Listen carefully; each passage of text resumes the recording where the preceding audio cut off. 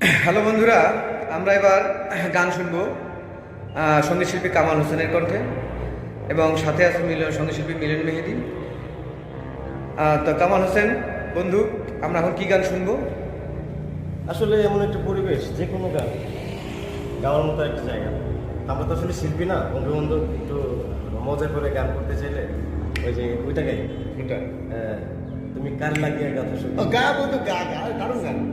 যদিও মনির খানের একটি গান দারুণ, খুব ভালো গান করে। আর আমি আমার হাতে যেটা দেখছেন, এটা আমি এখন এটা দিয়ে রিদম দিব যতটুকু হয়। আমার বন্ধু যেন গান গিয়ে একটু শান্তি পায়, তাই তো আমরা গানে ঢুকে যাচ্ছি। ওকে বন্ধু, শুরু করো।